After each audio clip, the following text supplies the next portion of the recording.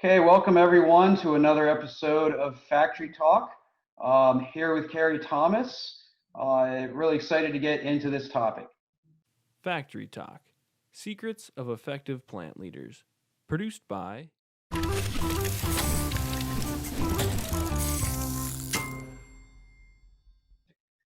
So, Carrie, just to start, why don't you introduce yourself? Carrie Thomas, Hallmark Cards. I'm an employee here for 21 years in June.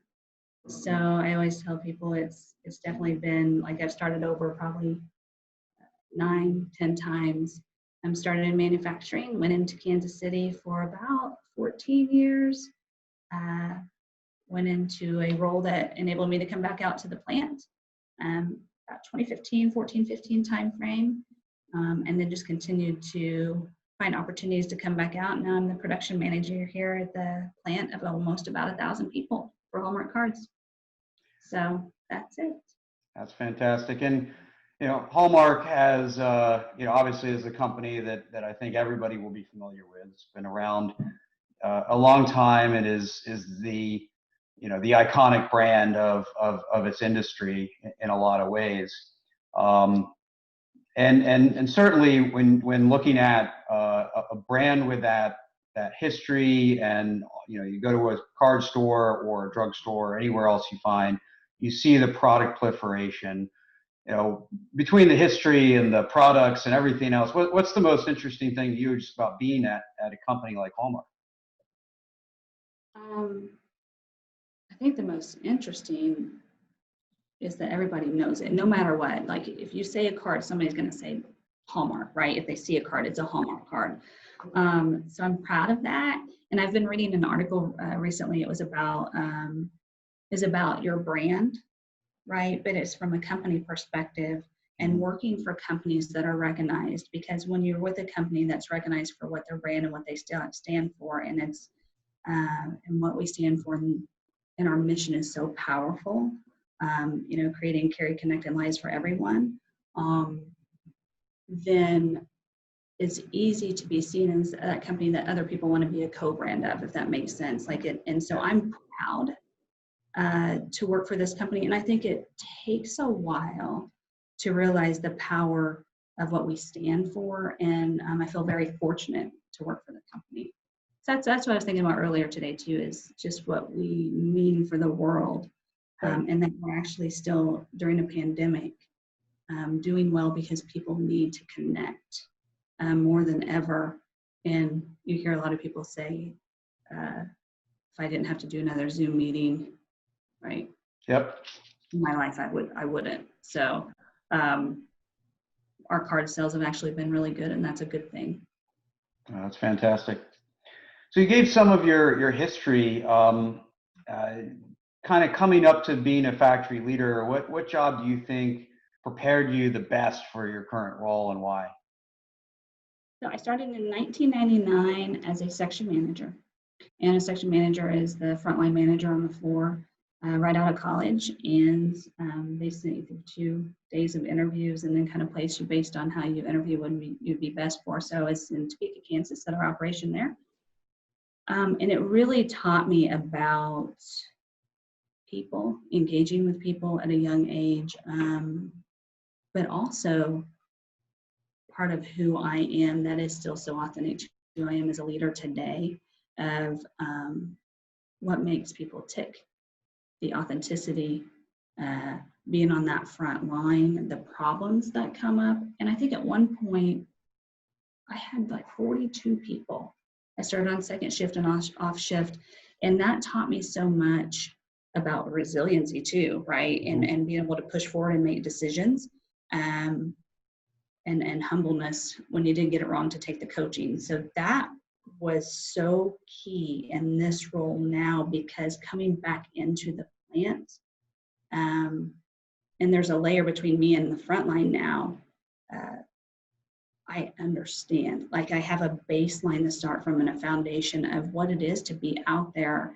And I can use that when I'm trying to engage, or when I'm trying to influence or share experiences. That's the way that you connect. And a lot of the people that are here, even with the merging of, we had 2 plants merge from Topeka into Lawrence, there are people that are here that I managed 21 years ago, and they remember me. And so that connection is so important to this role now. But a close tie is I was a lean strategist for a little while, and I interacted with you during that time. And that helped me kind of just put it all together. It was a gift to me to go into that role. And it was something that I chose to do for myself to be able to better myself. And it was an investment to take some of these things, but put some strategic and practical and tools and thinking in place. So I got to bring that back too. That's really cool. Yeah, I mean, factories, there's products, there's machines, right? But it's the people that make it hum. And as you said, almost 1,000 people. It's a lot of opportunities to handle those relationships as you talk about. So, in dealing with that many people and dealing with different shifts and all the things going on, what are your most important touch points? How do you stay in touch with the pulse, what they need from you, what you need from them? There's the most important is it, and what's important to me is to understand who needs it when you walk in the door every day, right? I get IMs immediately. If it's an operator on the floor, it may be an email from third shift, hey, can you come see me? I get a pulse from the floor. I make sure I spend time out on the floor, walking around, talking with the people on the floor. They will let me know. I ask consistent questions. How are you? What do you think about what's going on right now? You will get feedback from either a personal lens or a professional, so you listen to both. Part of understanding the pulse too is pausing this and truly listening and being present in the moment with them on the floor, because they need that, and they can sense the authenticity of why you're asking the question, and if you're really engaged on why you're asking those things. And another question I ask sometimes, depending on who I'm talking with and filling out the situation, is, are you happy? And you never know how someone will answer that question. It would be either still from a personal perspective or a professional, but that tells you a lot of what's going on too. Are people bringing things in that's affecting production? And especially during a pandemic right now, they will start sharing more on that side, or they go down the path like, why are we still doing this? And we still have a lot of people that are calling in or not coming in, and it's affecting me to be able to do my job, right? Yep. So, hey, we're working on that. And then it enables me to then share the business side and what's happening. On a more structured side of it, to get a pulse, it was telling you I had 20 department meetings across 3 shifts. I kicked off every single one of them. I stood in front of the room with the people to take questions and take a friendly fire, I guess, before the pandemic hit, just to understand what's happening. And I opened it up every time, and I really wanted them to feel comfortable that this is a safe place, and I need to understand what's happening and what your concerns are. That was more around rolling out a performance assessment system. But that tells you a lot when you're able to get in front of people. And it was important that it was me at the front of the room sharing where we were going for alignment and a vision, but also to hear what they had to say about it.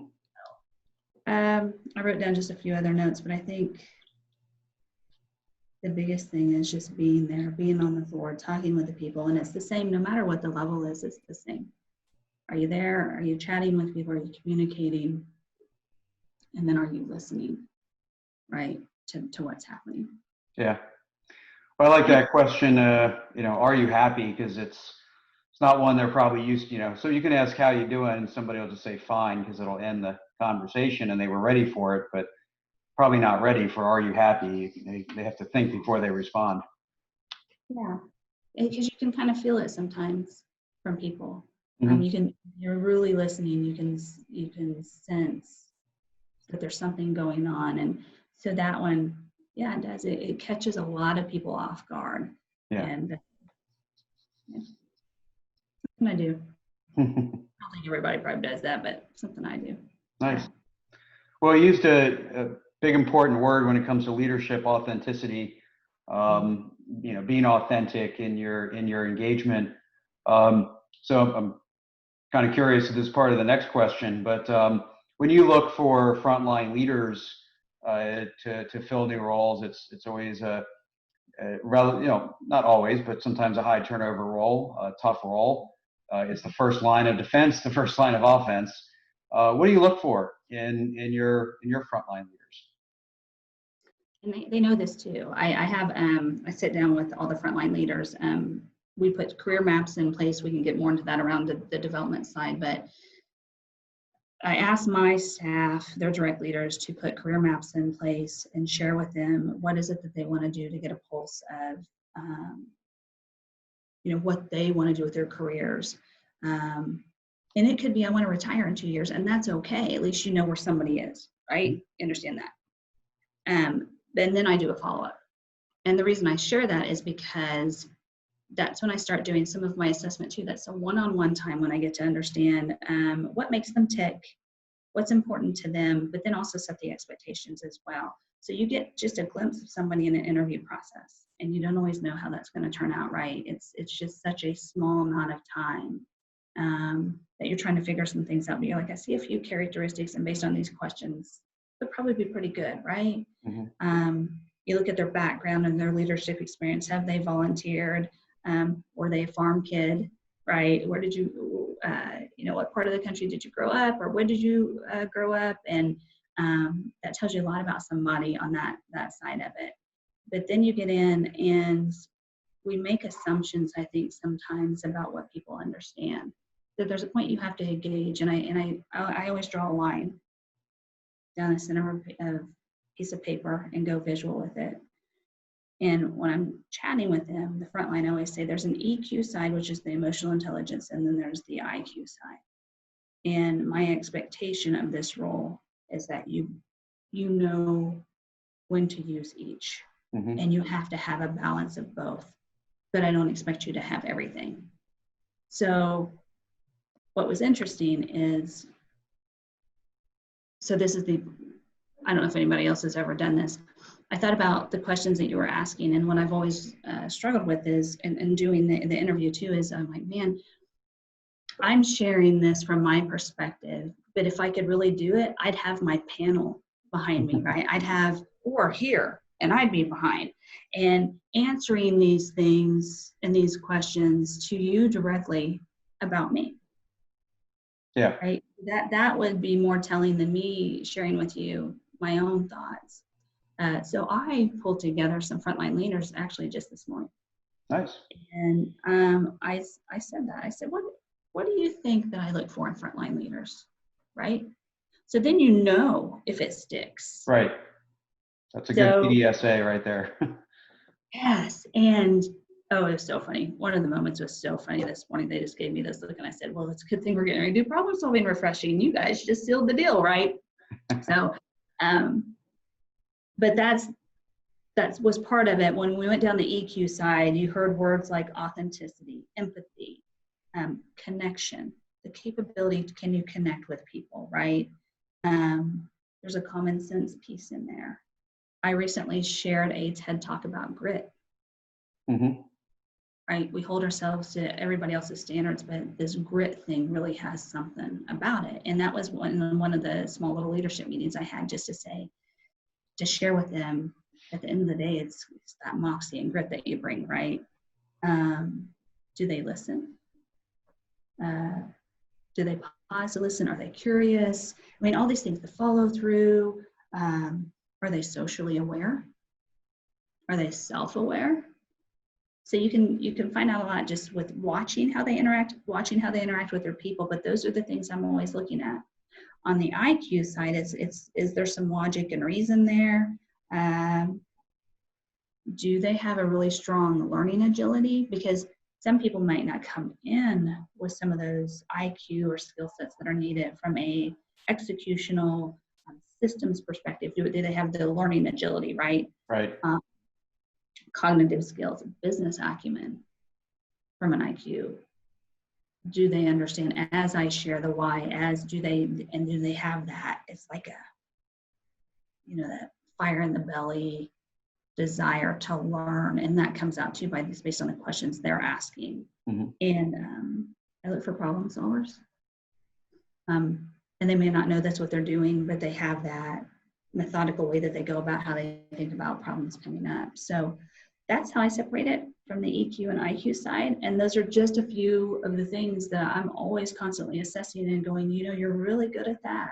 And as a frontline leader, that's where this is going to take you, or this experience is part of your story. And when they do their career maps, what's funny is they'll talk me through it. And I do this with my staff too. And I said, I'm going to tell your story back to you. Mm-hmm. Because that's your baseline, it's your foundation of where you start, Mm-hmm. right? Your story. And it could be an experience that, work experience, working on the farm, whatever it is, it taught you something about that got you to the place where you are right now. So for Frontline, I think that's very important. And I have a lot of non-traditional, I had one of the people say leadership experiences, like where they're part of a team and sports. And I was like, yeah, but we have a lot of non-traditional as well. Right. It's not always from a collegiate perspective, right? It can be from just working out in the industry, and they're good leaders. So.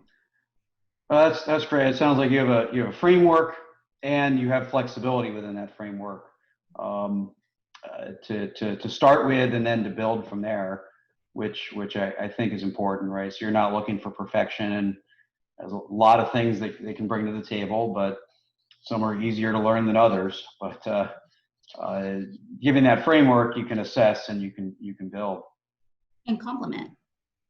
And complement. If they're missing something, then if they're missing part of their puzzle, or the piece of the puzzle, that's okay if they're self-aware.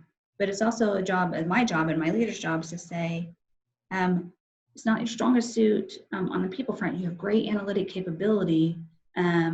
So I would always run that by somebody that's stronger in that before you make a decision, right? Mm-hmm. And calling those things out, we make just so many assumptions, Jamie, about what we think people should know, instead of being more overt in a kind way of just sharing, hey, this is how it works, and this is the expectation.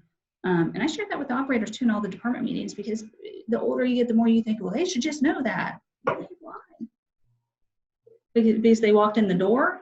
Mm-hmm. You think they should have known that's not how you do that to that machine, or that's not how you take your breaks and lunches? We make so many assumptions, right? Yep. So anyway, I digress. So, with the demands of daily production and everything going on, the need to get product out the door and get people to their jobs, what do you do to help do that development work, to help build people in the midst of all that other demands on their time as well as yours? So it comes back to our standard work.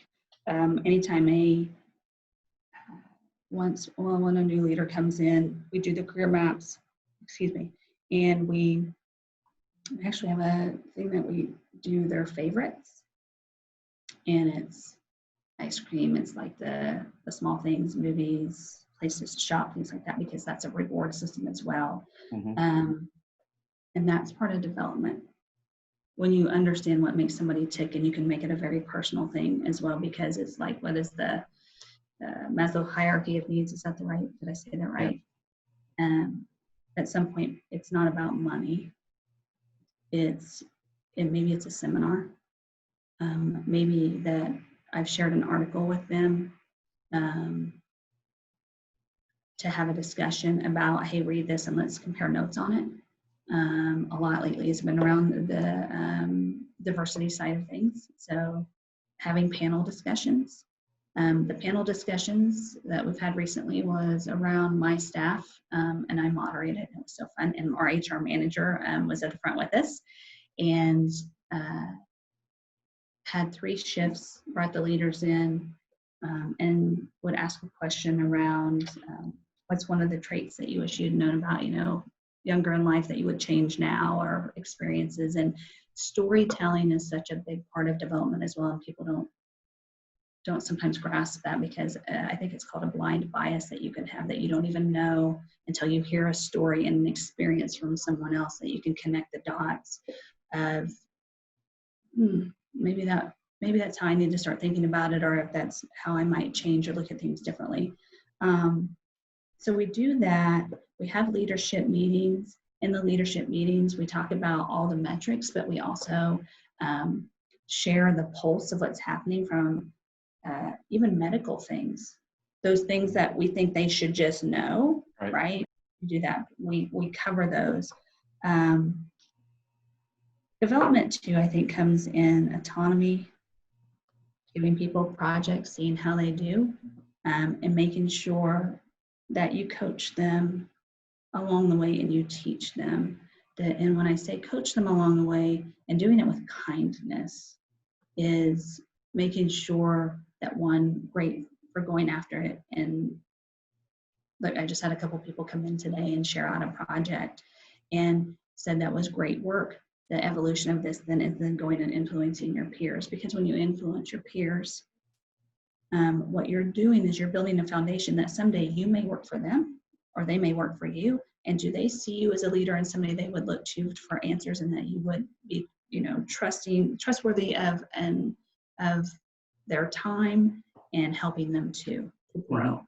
So all those things, I was thinking about it today as part of their development, that when you pause, it doesn't always have to be a week conference or monetary. It's the little things that make a difference. Yeah. And my staff,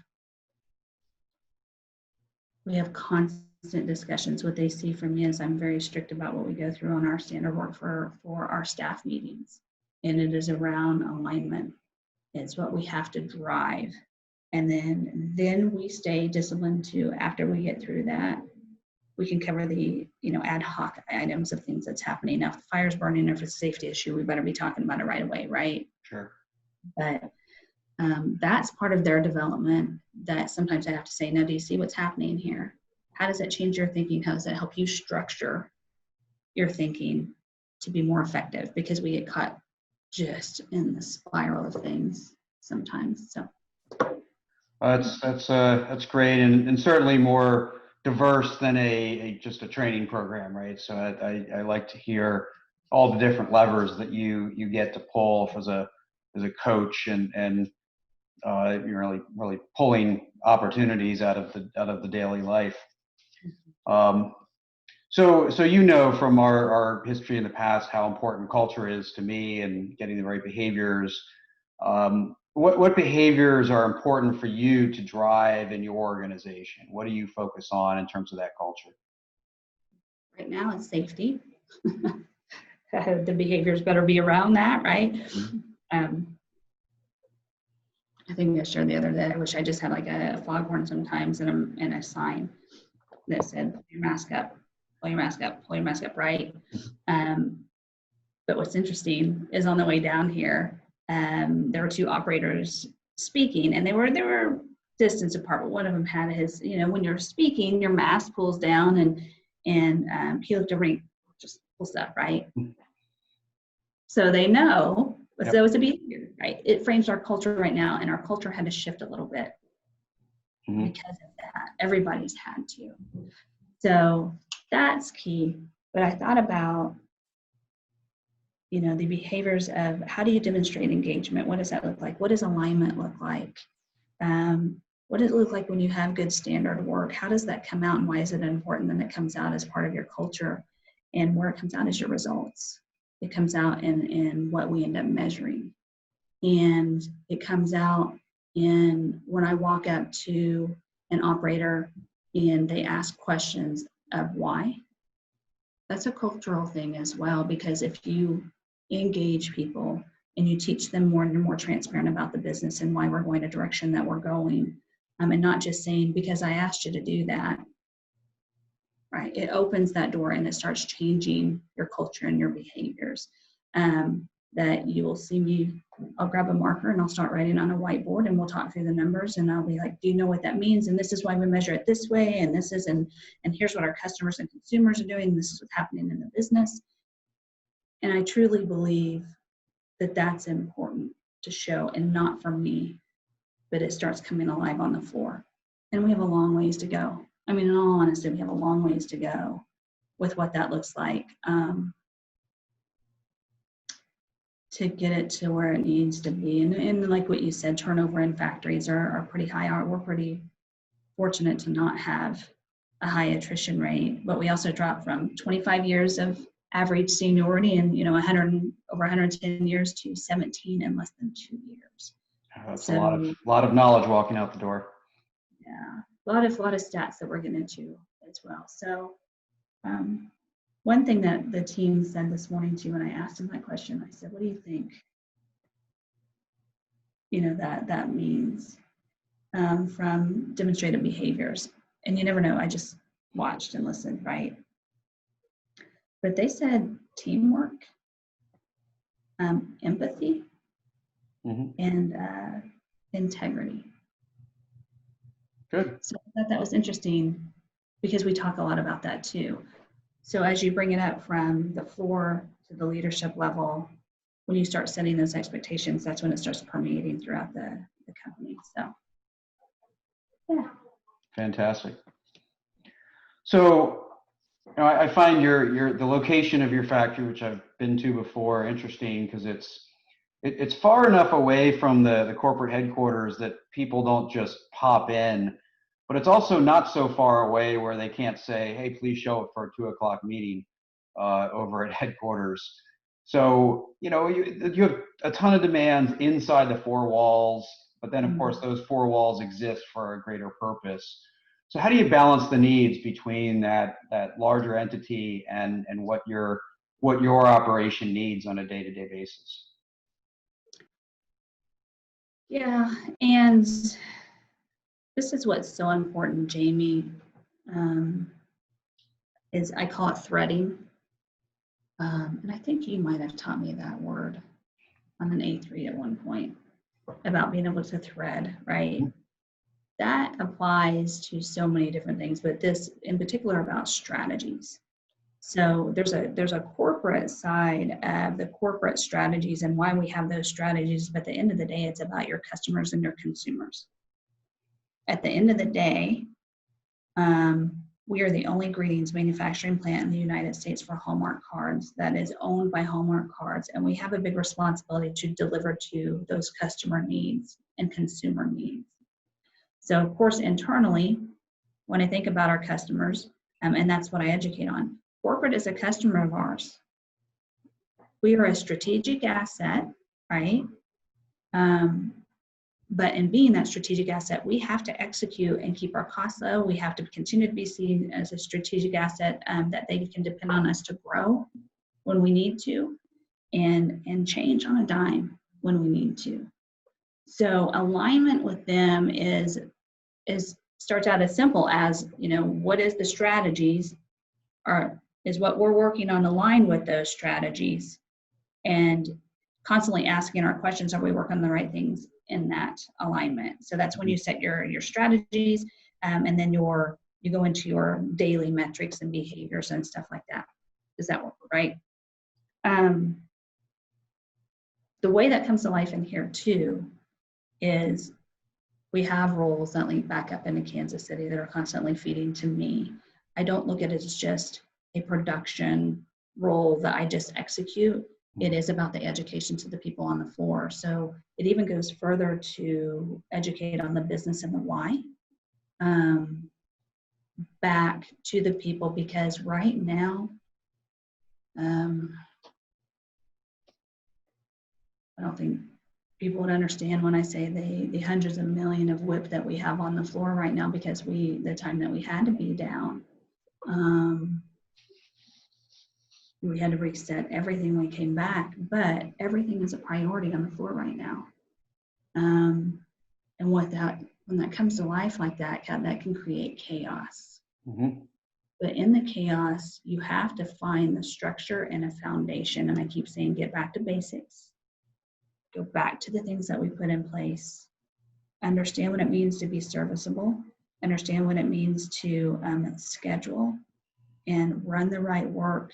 And that right work right now may be different every day based on what the demand is, and we have to be able to adjust to that.